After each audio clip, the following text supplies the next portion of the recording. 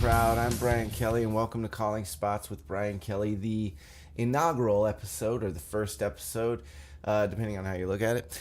We did have an intro episode where I just kind of explained what the pod was going to be and the schedule. Some of that has changed, not a lot of it, but this is the actual first rundown of Raw, and we're going to talk a little bit about the Rumble, a little bit about a couple of other things going on in the world of pro wrestling. Thanks so much for being here. Hey, if you want to give me a follow on Twitter, it's Calling Spots Pod. And if you want to go over to the Facebook page, that's Calling Spots Podcast. And if you want to check us out on Instagram, go to Calling Spots Pod again. Or you can email me at callingspotspodcast@gmail.com. Leave your comments down below, questions, whatever, and I'll try to get to them. I'm sure I won't have a problem getting to them, as I don't have a lot of followers or friends or likes or listeners or whatever right now. But this is the first one. We're going from here. Who knows? A year from now, this could all be something cool. A year from now, I could be locked in an insane asylum going, why won't they listen to me? Who knows? We'll find out. But let's talk about Raw. So over the weekend, we had NXT Philly, which was an unbelievable show. I won't get into that because there's a lot of other videos out there doing that. And to be honest, I just didn't have the time this weekend. There's, probably in the coming, months that we have takeovers, probably WrestleMania, Takeover New Orleans will be the first one that I do a recap of NXT, maybe the Hall of Fame show, and WrestleMania, Raw, SmackDown, on and on. But for right now, for starting the pod out and for starting this series out, I just thought it was too much to have 4 videos all drop on the same day. One for NXT, one for the Rumble, one for, Raw, and one for Ring of Honor, which I am going to be doing as well. So, what we're going to do is run down Raw. Raw came to us from Philly again. The whole weekend was from Philly. And we opened with Ronda Rousey's package from Ronda Rousey's package. Don't laugh at that. You're children. We're pro wrestling fans, but you're better than that. A package from her entering the Rumble, or not entering the Rumble, but coming out during the Rumble. Her shaking Steph's hand, her pointing up at the WrestleMania sign. Everybody's making fun of her for that jacket. And that jacket was Roddy's jacket. I mean, his actual coat he wore. And it was given to Ronda by Rowdy's son. I can't remember his name.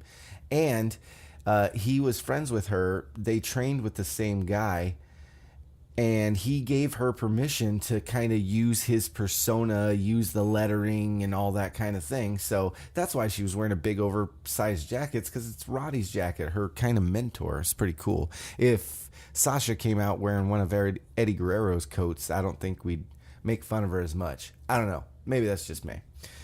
So we open with Ronda, the package coming out, and then Steph comes out. By the way, there's new titles, new graphics, new fonts. It looks really cool. I like it. I like when they change things up a bit like that, and it's not a big change, but you just kind of notice it. Oh, it looks a little different. The show looks a little different tonight. So that looked cool. New fonts, new logos. So Steph comes out and walks to the ring looking confident as ever. We cut over to the commentary booth to find no Booker T. I don't know if Booker T said something he wasn't supposed to say. I don't know if Booker T just wants to go home and spend time with family and doesn't want to do this. I don't know if Booker T is going to be the next GM of 205 Live. That could happen. But no Booker T. We're back with Jonathan Coachman. And Coach is great, but I love Booker T for the off comments. The night before the Rumble, I believe it was the Rumble. Booker T and Corey had an exchange that cracked me up to no end. It's one of the funniest things I've ever had listened to on a commentary, and it was Booker T was talking about being on Gilligan's Island. He goes, it was during the Seth Rollins, Jason Jordan, the Bar championship match. And he goes, Seth Rollins is out there all alone. It's like Gilligan's Island. And Corey laughed because something had been said prior to that too. Oh, it was a tag team thing where he goes, "There's no timeouts in wrestling," and Corey goes, "There's no timeouts." And Book thought he said tag teams, and Book goes, "I said timeouts." And Corey goes, "I did say timeouts, Book." And then it just gets kind of silent. And then a couple minutes later, this happens. Booker goes, "Seth's all alone out there. He's on an island. It's like Gilligan's Island." And Corey goes, "There were lots of people on Gilligan's Island, Book." And Booker goes, "What's your point?" And Corey goes, "Nothing. I'm exhausted." And it killed me, dude. The "nothing, I'm exhausted" just killed me. Hilarious. So anyway, that was from Rumble. Back to Raw. Coaches on commentary. No more Book. I don't know what that means, but no more Book. Steph talks about the Women's Rumble and how historical it was and groundbreaking it was, and then talks about Ronda coming out, and then introduces Asuka. Does a little thing about Asuka being the winner of the Rumble and who are you going to face at WrestleMania. Asuka comes out and she does her promo in all Japanese, which is awesome. I wish they'd let Shinsuke do that because it sounds better than him brokenly lisping through stuff. I'm not making fun of the guy, but it's hard to be intimidated by Shinsuke when he says things like that. When Braun, and we'll get to that, when Braun said what he says later in the show, that's intimidating. When Shinsuke says something, it's not really intimidating because of the way he sounds, and his what they need is like a Paul Heyman, or to just let him speak in Japanese. When he speaks in Japanese, it's awesome. So they let her do her promo in Japanese, and then Sasha comes out and says, "You've been here for 2 years saying no one's ready for Asuka." Well, I'm ready for Asuka. Spoiler alert, she wasn't.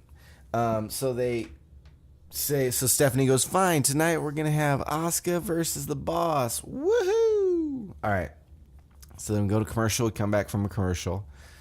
And we've got the commentary table, or commentary guys announcing that there's going to be Elimination Chamber qualifying matches, which I'm not sure if this is the first time the WWE's done something like this. But it's a cool idea, and I like it. Instead of just arbitrarily, choosing 5 guys to get into the chain, or 6 guys, however many it is, having them kind of earn their way into it. I like that. That's pretty cool. And the matches for tonight's Raw is going to be Braun and Kane in a last man standing match, Matt Hardy versus Elias, and Cena versus Balor. So then, as they're announcing that and they get that done, Braun's music hits. Braun! And Braun comes out. And before his music even stops, and before they cut to a commercial or can say anything, he just walks to the ring like Braun does and starts pulling out tables, starts pulling out chairs, starts pulling out crap out from under the ring like crazy. And they're like, "Oh, Braun's getting ready to go." Cut to commercial. They come back from a commercial and he's already beating up Kane. I mean, literally, they go, "Okay, we're back on Raw." And he's already launching into Kane. No entrance for Kane. No fanfare, no nothing. Just get up there and get beaten up, old man. So they send Kane out, and he's getting beaten up. They battle into the crowd. Braun runs one of those rolling flight cases. We call them flight cases, we musicians. But one of those big, heavy cases right into Kane's shoulder, and it looked really cool. Looked like it hurt. And then, so Kane's laying in front of the announcer table up by the ramp, where the announcers sit up on Raw. And he's laying almost underneath it.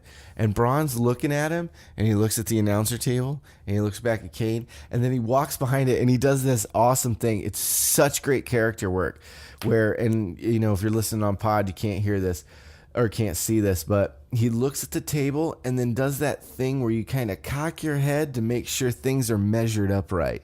And he kind of cocks his head and then shakes his head. "Yeah, that's right." And then walks over to the entire stage that the announce table is on. Not just the announce table, the entire stage that they sit on, that the chairs sit on, the entire thing, and just fucking puts it on his forearms almost, it looked like, and just powered this thing up and knocks this thing over onto Kane. Very cool. You could see underneath all the wires and stuff. You could see that there was no hydraulics or anything to help. I mean, trust me, I know for a guy who's a power lifter, that wasn't a great feat of strength, but I couldn't have done it, and it looked really, really cool. So the ref calls for the bell and says, okay, yeah, I think he's the winner since he just dumped a stage on him. And Braun's music hits. Braun does the Braun thing, and then I think he's done this a couple times where he leaves too early. I remember a couple of other Raws where he leaves and then suddenly comes back out, and then they hit his music again and he leaves. And that's what happened here. His music hits, he walks out. Then they're, the paramedics are showing up and taking care of Kane and trying to get some help out here, blah, blah, blah, blah, blah. And then they cut back over to Corey, and it's really funny. Corey is like scared to go over and interview Braun. Braun comes back out, and Corey's like holding the mic, and he's looking back at the announced team who's standing off to the wings, like shaking his head like, I don't want to do this. So Braun's there, and he finally walks up to him, and he goes, that's a human being. What did you just do? And Braun goes, I did my job. Kurt said last man standing, and he raises his hands. Well, that's what I did. And then the crowd pops for him. Music hits. He walks to the back, and the paramedics continue to work on Kane. It was really cool. I hope that, and this is nothing against Glenn or Kane, but I hope that this Kane Braun thing is kind of done, because Braun's just too powerful, and it doesn't seem real. It doesn't seem like Kane can give that guy any type of challenge, really. And Kane's a good wrestler, and I love Kane, and maybe 10 years ago, yeah, but not right now. Braun's just too powerful. He's too much. He's too big. Him versus Brock is what I want to see. I think that's what everybody wants to see, and we're all going to be a little disappointed when it ends up being maybe being Roman and Brock. Not disappointed that it's Roman, but disappointed because we have to wait for Braun. Some people will be disappointed it's Roman. I won't be. So anyway, backstage, they're wheeling Kane to the ambulance. And Braun's walking around backstage, and he gets stopped by Kurt Angle, who has a hilarious promo where he's just playing that at the end of his rope GM who doesn't know, what to do with this guy who won't stop doing this. And he goes, how many times do we have to have this conversation? And it was really great the way his voice cracked. And he goes, you continue to put guys in danger every single week. Can you give me a break? Can you give me one break?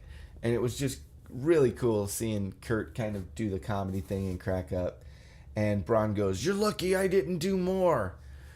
I'll be the last one standing at Elimination Chamber, which means I'll get to be the last one standing at WrestleMania over Brock Lesnar. Pop. Kurt puts his head in his hands, has no idea what to do, walks off. Cut to the ring, and we've got Elias Samson in the ring, which I think they're just calling him Elias now. I haven't seen the Samson on any of the, crawl things. Excuse me. He was wearing a cool shirt. I like that white and black shirt he had on. That was dope looking. And he learned some jazz chords. Hey, look at that. Elias learned some jazz chords. Had a couple of dissonant bleep, bleep, bleep kind of going in on there. I like Elias a lot, but you can tell he's been playing guitar about a year, maybe two. He says he's before he gets into his battle with Matt Hardy, he has a song about Brock Lesnar where he starts singing about how it's Elias's night and he's going to beat up Brock Lesnar. And then Woken Matt's music hits, and Woken Matt interrupts him and comes out. And Matt Hardy limping when he's broken or Woken Matt is next level genius character work. It's absolutely brilliant. Because if you look back at the Impact stuff, he did it there too. Whenever he's broken, Matt, he's got a natural kind of limp, but when he's broken or woken, Matt, he really accentuates that lip, and it's really really cool. So he comes out. His intro is so good. The music, the packaging, everything. Excuse me, guys. I need some water. It's really, really good. I love the music. I love the packaging. It's really great. While this match is going on, the crew is making a makeshift announce desk next to the ring, and it's hilarious. Give me a sec.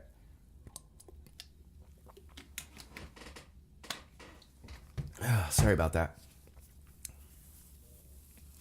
So they're building an announce desk next to the ring while Elias and Matt fight for qualifying for the Elimination Chamber. I don't know why it took me so long to get through that sentence. Anyway, Matt versus Elias. Winner goes on to Elimination Chamber. Sean Bennett was the referee. Who was the referee in the Braun match? I didn't see. It was kind of crazy, so I didn't really get a chance. But Sean Bennett was the ref. It was a pretty good match. You could, I kind of knew that Elias was going to win because there's been some leaked stuff as to who was going to be in the Elimination Chamber. And while they may change that, I didn't see this build of Elias Sampson getting squashed by Woken Matt. So Matt starts to build momentum, and then Bray's pre-thing hits, the thing hits, and then the lights come up, but there's no Bray. Lights come up, no Bray, Hardy's distracted. Elias hits him with a huge boot in the face, drift away, 1, 2, 3, Elias wins. Then Bray does cut a promo, if you can call it a promo, on the video screen where Matt's just watching it, and all he does is laugh, maniacally laugh for about 30 seconds while Woken Matt goes, ah, in the ring, whatever that is. Oh, I love wrestling. Anyway, so that ends and cuts right into kind of a weird cut, but it was still cool. Cuts right into Miz doing a cell phone promo, which a lot of guys got to do tonight, and girls. And it was really cool. I dug it a lot. I think that's something they picked up from the Mixed Match Challenge that they think people really identified with and liked. And so maybe they're going to start doing it on Raw. I'll talk about that later. Raw has been really different lately and cool. But anyways, he talks about how he's going to beat Roman in his Roman rematch. He's wearing an excellent suit. Look at the pinstripes on that suit he's wearing. Woo! Miz is looking good. Genius. Go to commercial, cut back from a commercial, and we got Miz coming out with the Miztourage, and we're going to have the IC title match now. Roman comes out. Excuse me. John Cone is our referee. Tenured John Cone. It was a good match. I didn't like it at first. I thought it was a little stale. It started a little slow, but as it went on, I even wrote in my notes, great match. So Roman grabs a chair and chases the Miztourage into the back, which was pretty funny. Thinks about using it on the Miz, and then John Cone sticks his head through the ropes and goes, "Don't do it, Roman! Don't do it!" So Roman goes, "All right, I'm a good guy. I won't do it." He drops it. They battle back and forth. It was a good match, man. A lot of good back and forth. I'm telling you, man, Roman's a good wrestler. I know people hate him for various reasons, and I have my own opinions as to why people hate him. And maybe we'll get into that in another pod some other time. But he's a great wrestler, man. I've never seen a bad Roman Reigns match except for WrestleMania 32, was it? Him and Triple H? No, that was 33, I think. I don't remember. But him and Triple H, because everybody knew he was winning that title, and it just was boring. We just knew it was going to happen. But Roman's a good wrestler, and I liked him with The Miz. Great back and forth. The Miz tried to remove the turnbuckle, like he did the week before when he won the title and he slammed. Roman tried to spear him or something and he hit the turnbuckle, and then Miz hit the skull crushing finale on him, and that's how he won the title. Miz tried to do it again this week, except John Cone caught him and said, "I don't think so. Miz." The Miztourage comes back out, and while, of course, Roman's distracted taking care of those guys, he Superman punches Axel off of the apron, and then he spears the hell out of Bo Dallas. Bo Dallas is a great wrestler, too. I really would like to see Bo Dallas do more. He spears the hell out of Bo, gets distracted, and Miz rolls up Roman for the pin. A roll-up pin for Roman, not a fan of, but hey, whatever. Your winner is The Miz. He keeps the title going into Elimination Chamber, and he'll probably keep that till Mania. His baby's due the week of Mania. So I don't see him losing it before then. Maybe the Intercontinental title just won't be defended at Mania. But I don't see him missing Mania unless it's because the day of WrestleMania, my wife is giving birth to my son. If it's, a couple of days before, a couple of days after, I think Miz will be there. This has really been his year as far as most improved character work, most improved just everything, man. The guy has really taken his game up to another level. And it's been really fun to watch. So I don't see him missing Mania. So he's gonna beat Roman there and keep that IC title. Next up, we got the Revival versus Slater and Rhino. It was a good match. You kind of knew what was gonna happen because the Revival are getting kind of a push right now as these old school badasses. The ref was Robert Vista, and they had cool jackets. The Revival had those cool new jackets. I like those better than the old like gym jackets they were wearing before. The new ones are really cool looking. Shatter Machine on Rhino. Rhino eats the pin. Revival wins. That's pretty much it. And then the Revival cut a really cool promo talking about these people, talking about the fans, all live in the past. We can't stop learning from, or no, that's what it is. He said, we learn from the past. All of these people here can't stop living in it. Probably referring to them getting destroyed by DX and Balor Club at Raw 25, even though Balor Club is in the present, not in the past. Kinda, depending on who you talk to. Anyways, so then we cut to a Dudley's Hall of Fame package. The Dudley boys are going into the Hall of Fame. That's awesome. Congratulations to the Dudley boys. I was never a huge fan of ECW back in the day when it was on. I liked a few of the guys who worked for ECW, but I wasn't big into it. It was hard to find their product back in that, 99, 2000 when I got into wrestling the first time around.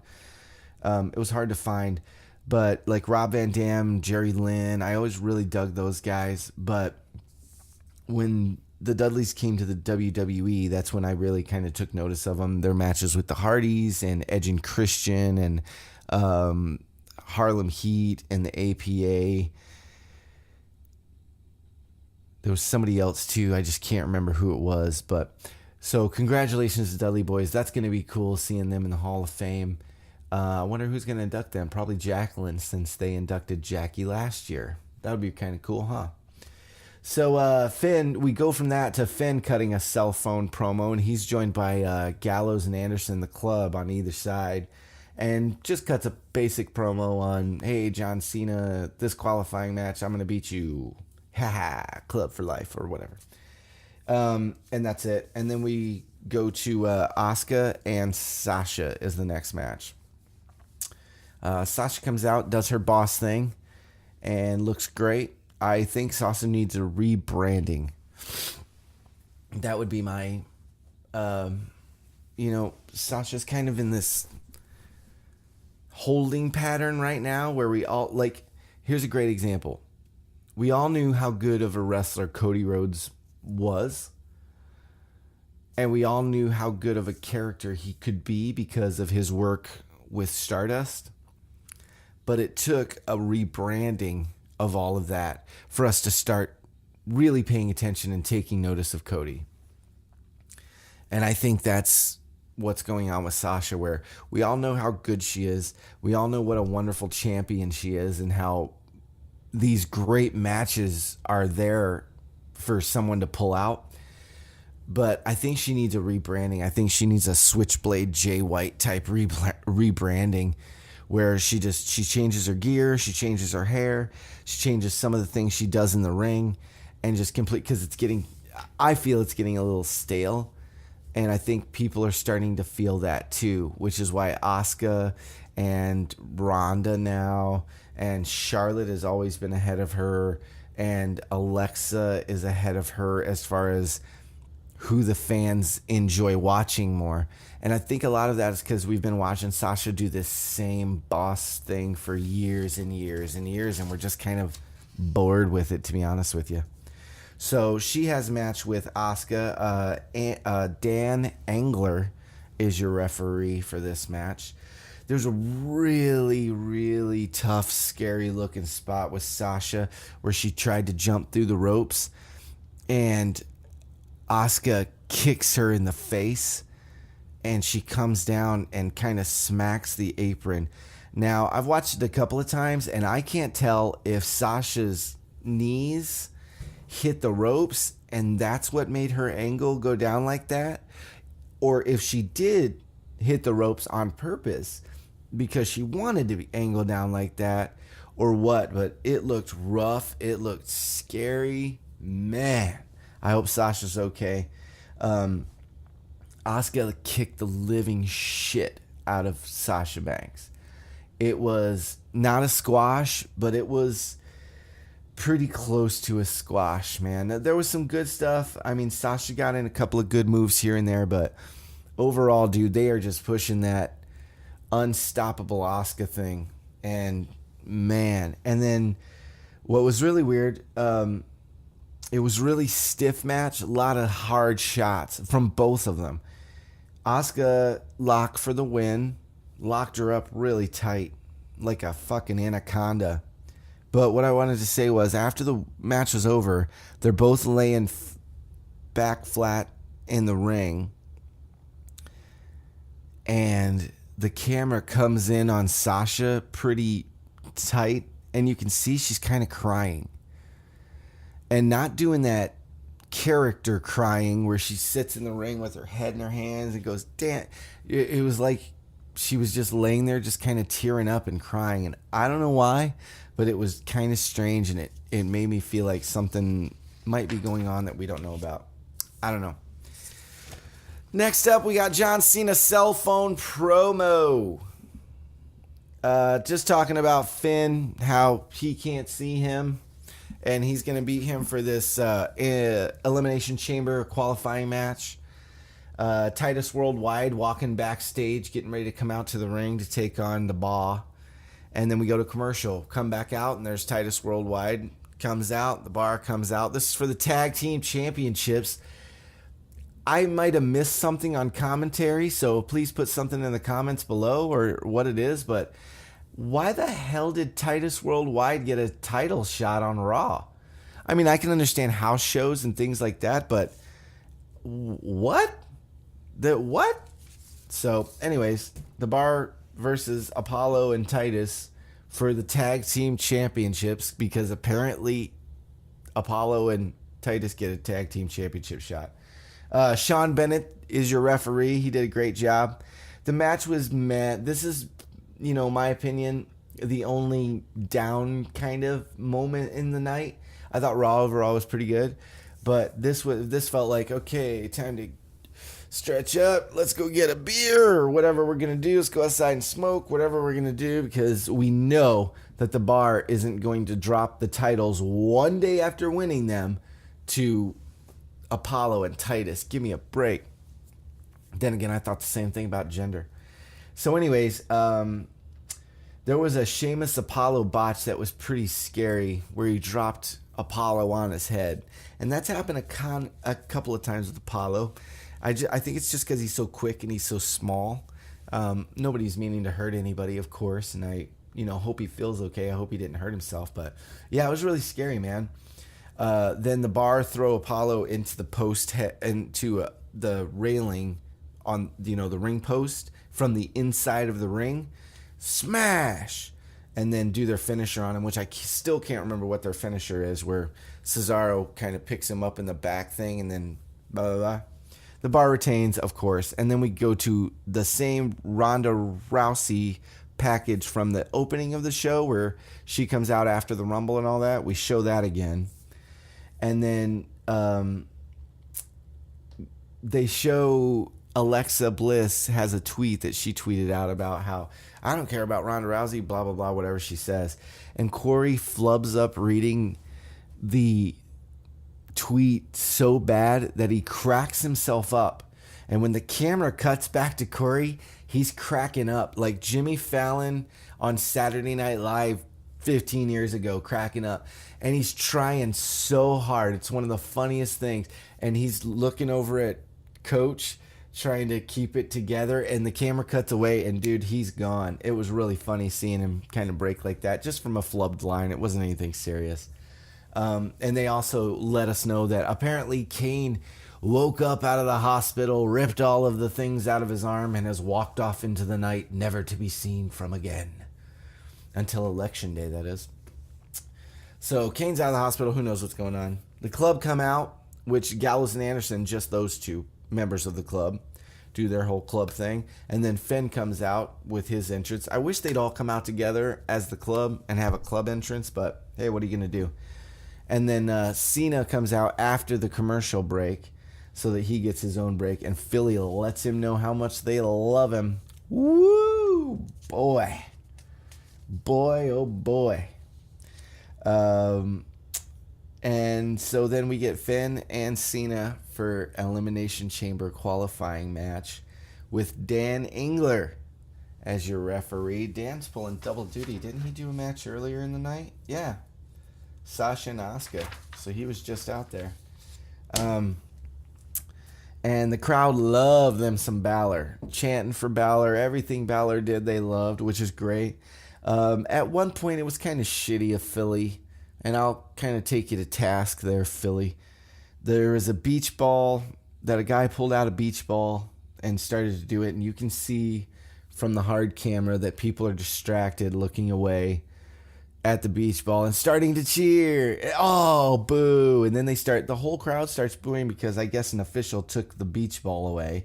And then Philly starts chanting asshole to the guy. That was classless. You guys are better than that.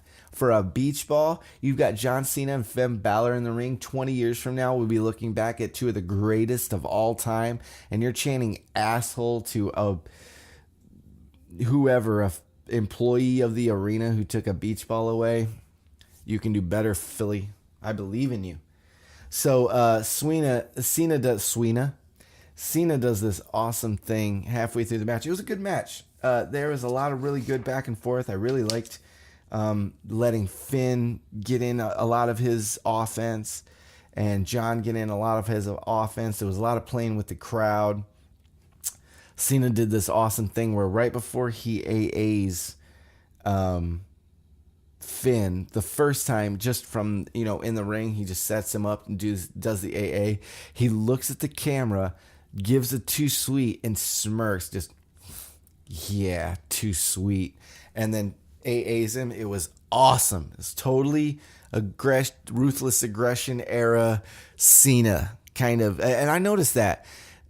I didn't notice it so much at the Rumble, but I did notice it tonight that Cena isn't doing the smiling, happy thing so much. And maybe that's because Finn's doing it. So he kind of, because John Cena's one of the greatest of all time, he recognized that Finn's going to come out doing the smiling thing. So I can't come out and do the smiling thing too. Maybe that's what it was. But Cena was like hardcore, old school, ruthless aggression Cena. He was, being salty about shit and, doing the too sweet into the camera before the AA. It was a really good match. I really enjoyed it. Cena gets Finn up for an AA from the middle rope. An avalanche AA, I think is what they call it. And that's going to give you a pin and Cena's going to move on to the Elimination Chamber. So from just the Elimination Chamber matches, Braun goes on, of course, Elias goes on, and John Cena goes on. Sheena goes on.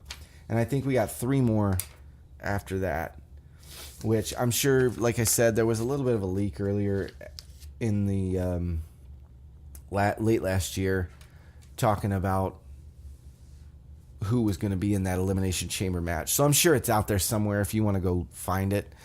But for me, I'm going to wait and see it on Raw, like Vince McMahon and everybody wants me to. So that was the end of the show, and it was a great show. I wanted to say this. I touched on it earlier. I don't know if Vince is woken up to some things and starting to really take people's or the crowd's advice and suggestions, or if somebody else is running Raw. But let's be honest, man, the last 3 weeks of Raw, if you discount the 25, because that's not canon, that's kind of its own thing, but the last 3 solid weeks of Raw have been pretty amazing, man. Pretty amazing with the new graphics. The matches are longer. They're letting these guys really wrestle and girls really wrestle. The cell phone promos that they're doing, letting Braun just kind of destroy things, and it really feels fresh and feels really good. And I don't know if that's, like I said, I don't know if that's Vince waking up and finally, not finally, but, you know, hearing the crowd more, or if he's handed this off because of the XFL thing. He's going to start, you know, taking his hands off of it more. And so whoever's back there now, he's kind of grooming to do that. But it seems really cool. I've really enjoyed Raw over the last 3 weeks. Like I said, discounting the I enjoyed the 25 show too. I thought it was awesome. But as far as canon and what's going on storyline wise with the characters on Raw, the last 3 weeks have been absolutely phenomenal, and I've really, really enjoyed it. So that's my Raw rundown, Raw recap, Raw whatever I'm going to call this thing. I hope you guys enjoyed that video. Tomorrow I will be up at the same time with a SmackDown recap and review. That's tonight. Looking forward to seeing what happens from the fallout from Royal Rumble with SmackDown tonight. Let's see. Is there anything else? Ring of Honor was good this week. I didn't really do a bunch of notes on it because I'm not doing that pod until the following week for next week's Ring of Honor. Royal Rumble was great. What a great fucking weekend of wrestling. NXT was amazing. Andrade Cien Almas is probably top 3 of my favorite wrestlers wrestling in the world right now. And just to give you kind of a, you know, a glimpse into that, Will Ospreay's number 1. So I loved that match at TakeOver between Andrade and Johnny. And I am not a huge Johnny fan. I like Johnny Gargano. I think he's a good wrestler, but to my mind, he's no more entertaining than Tony Nese is. I think Tony Nese is just as entertaining as Johnny. I don't see what other people see in Johnny right now, but I wish him all the best, and I can't wait to see what he does. But that match, sorry, my thing is about to die because I'm running out of batteries, so I gotta go. But that match was amazing between Andrade and Johnny Gargano. Just amazing. I loved it. All of the matches were great. Redragon, the Undisputed Era, Kyle O'Reilly and Bobby Fish. Whew! Such a great match. I loved it. Adam Cole, one of my favorite wrestlers in the world, doing awesome work over there. Check out NXT. I got an NXT review coming up Thursday from this coming week's Wednesday's episode. So check that out. Hey, man, get me on Twitter at Calling Spots Pod. Get me on Facebook at Calling Spots Podcast. Instagram, Calling Spots Pod or Podcast. I think it's Calling Spots Podcast. You can find it. There'll be links in the description below. Thank you so much. We have a Patreon coming in a couple of weeks. We're just trying to hammer out all of the tiers and rewards and everything. We really appreciate you guys watching this. Pro Wrestling Mark for life. And I'll see you guys tomorrow for SmackDown. Bye-bye.